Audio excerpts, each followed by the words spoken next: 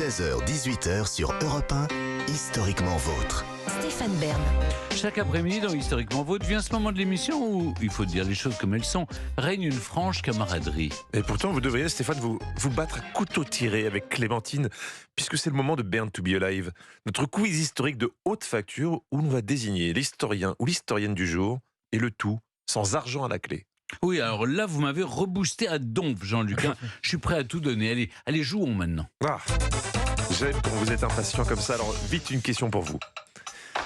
Parlons un peu des grands hommes et des grandes femmes de l'histoire. Emmanuel Macron et Brigitte ont la même différence d'âge, à 5 ans près, que Jules César et Cléopâtre. Vrai ou faux? Ils ont 22 ans, je crois, de différence. Et donc, à 5 ans près. il n'aurait Oui. pas estimé nécessaire de le préciser si ça n'avait pas été le Oui, cas. je dirais vrai. Donc oui, Je dirais César vrai, devait parce avoir la qu'elle avait cinquantaine, hein, et pas elle tout à était fait. toute jeune, toute mignonne. Et elle, Ouais, aurait eu la c'est vrai. trentaine. C'est vrai? Ouais. Allez, on part là-dessus. Vous avez gagné. Bon, on ne donnera pas les âges des dames ici, je ne voudrais pas me fâcher avec Cléopâtre, mais un couple a 30 ans d'écart, l'autre en a 25. Voilà. Petit bonus historique, sachez qu'Emmanuel Macron n'a jamais été empereur. Oui. Même si on l'appelle le Jupiter. Ah, ça, Voilà, c'est d'accord. du bonus, oui. Mais C'est pour vous. Hein, ça, c'est cadeau, vraiment la petite merci. info comme ça ramenée chez vous, Merci. que vous pourrez sortir ce Un soir. fun fact, comme dirait David. Une question pour Clémentine. Le sultan qui, au XIVe siècle, considérait le sphinx de Gizeh comme un faux dieu et qui a donc détruit son nez, a été pendu puis brûlé pour vandalisme. Vrai ou faux? Non.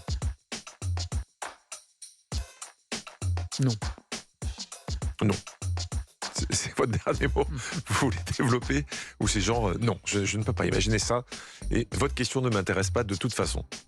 Non, je ne sache pas que le nez du sphinx de Gizeh ait été délibérément détruit. Il me semble que c'est simplement l'usure du temps. Ça vous dit quelque chose? Il aurait été détruit.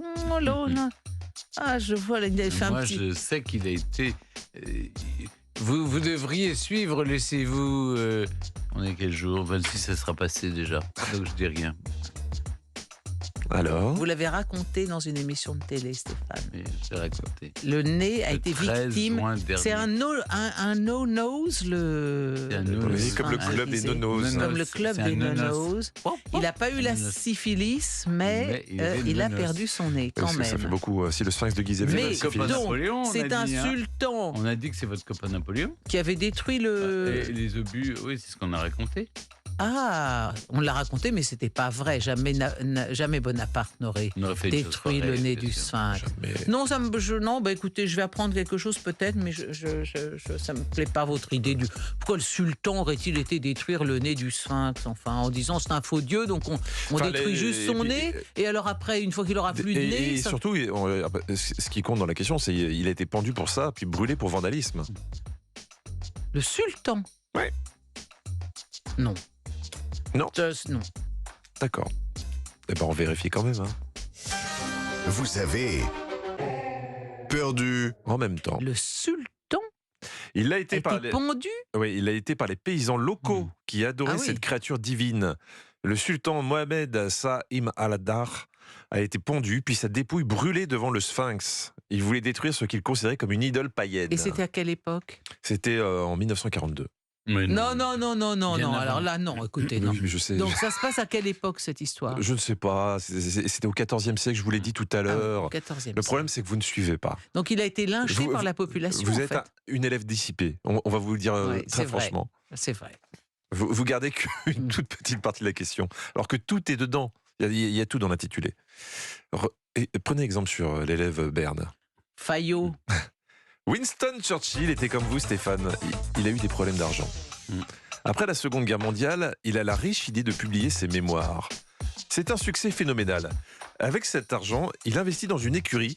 En 1950, son cheval, Colonist 2, va affronter celui du roi anglais, Above Board. Qui va gagner? Celui du roi ou celui de Churchill? Comment voulez-vous? J'ai pas misé sur le bon cheval ce jour-là. Je sais que vous avez un petit côté Omar Coloniste. Sharif. Tout ce qui est course de Il s'appelait bourrin. Coloniste. Coloniste 2. Coloniste 2.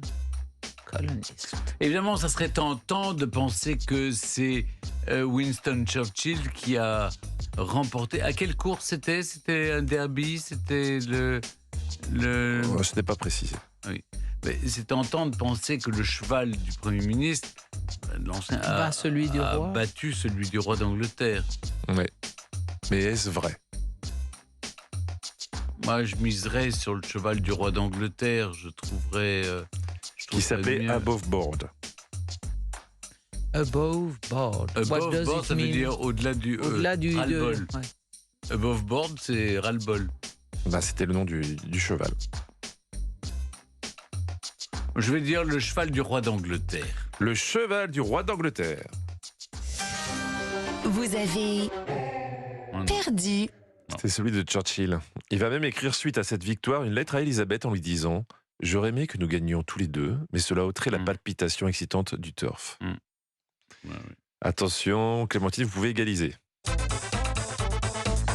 Girolamo Segato est un Italien du début du 19e siècle.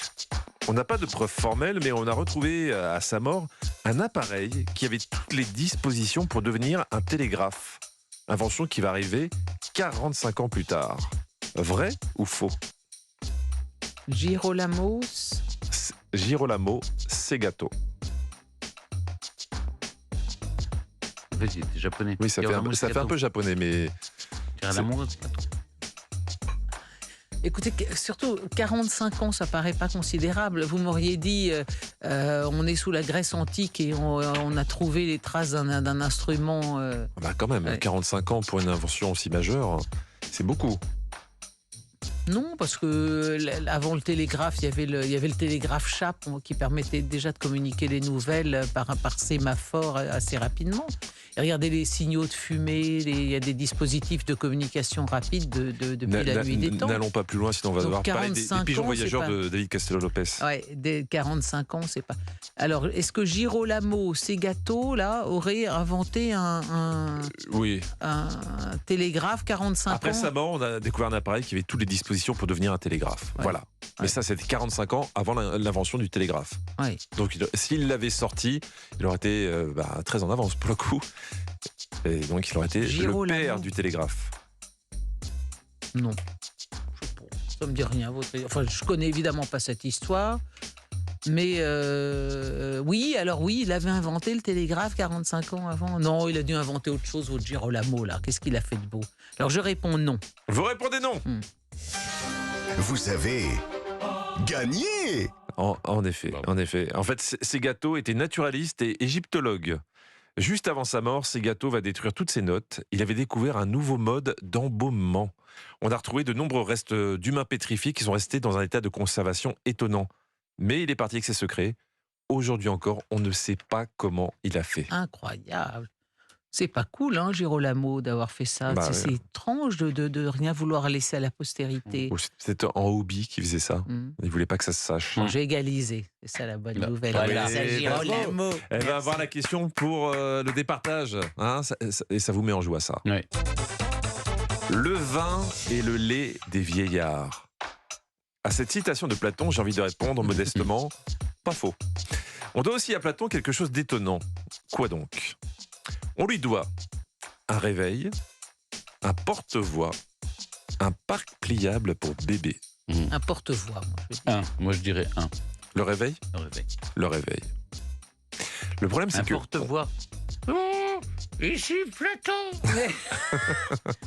Allô, non, mais vous savez, d'abord, pour les masques dans le théâtre antique Oui. ont une espèce de de bouche porte-voix, béante déjà. comme un porte-voix. Donc Platon Donc, aurait Oui, très mais bien c'est pas pu. lui qui l'a inventé. Non, mais il aurait pu l'améliorer, pourquoi Oui, pas? Pourquoi pas? Écoutez, et ce qui est problématique avec les questions pour vous départager, c'est que très souvent, c'est juste pour que Stéphane gagne.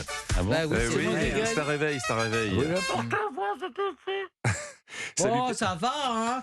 Non, mais vraiment, non, mais faites quelque chose, là. S'il se fiche de moi, comme ça, vous le Non, laissez faire, soyez un peu galant. c'est vrai. J'imitais Oui, Platon. oui, oui, porte-voix. Vous la narguez. Je dois reconnaître que vous la narguez. Vous Et avez elle bien mérite. tort, Stéphane, parce que moi, quand mes enfants étaient petits, je me faisais un porte-voix en sciant une bouteille en plastique, comme ça. Ouais. On range sa chambre maintenant, comme ça j'évitais de me fatiguer les Ouais, cordes c'est bien. vocales. Et vous qui avez toujours, voilà, vous voyez, vous avez toujours un chat dans la gorge. Vous feriez ça, je vais vous en offrir une. Vous Merci. pourriez acheter, Une appelez bouteille vos- en plastique. Non, Excusez-moi, mais vous pourrez Clémentine, mais vous viviez appeler dans- vos chiens dans votre grand parc de dizaines de milliers d'hectares. Oh, Vous oui. viviez Ici, dans un- mais dehors, au pied. Vous allez voir, ça va vous changer la vie. Excusez-moi, mais vous viviez dans un manoir pour avoir besoin d'un porte-voix pour vos enfants? Comment ça se passait exactement? Parce que j'avais des enfants très récalcitrants. Ah oui, d'accord. Est-ce que vous voulez que je vous explique quand même le réveil ou vous vous en Bah, moquez maintenant que vous avez ouais, perdu? allez-y, Mais oui, c'était quoi? C'était une clepsydre? C'était Ah, un calmez-vous, cadran solaire? calmez-vous. Franchement, c'était un- vous allez changer de petit ton là, parce que là, ça commence à bien faire.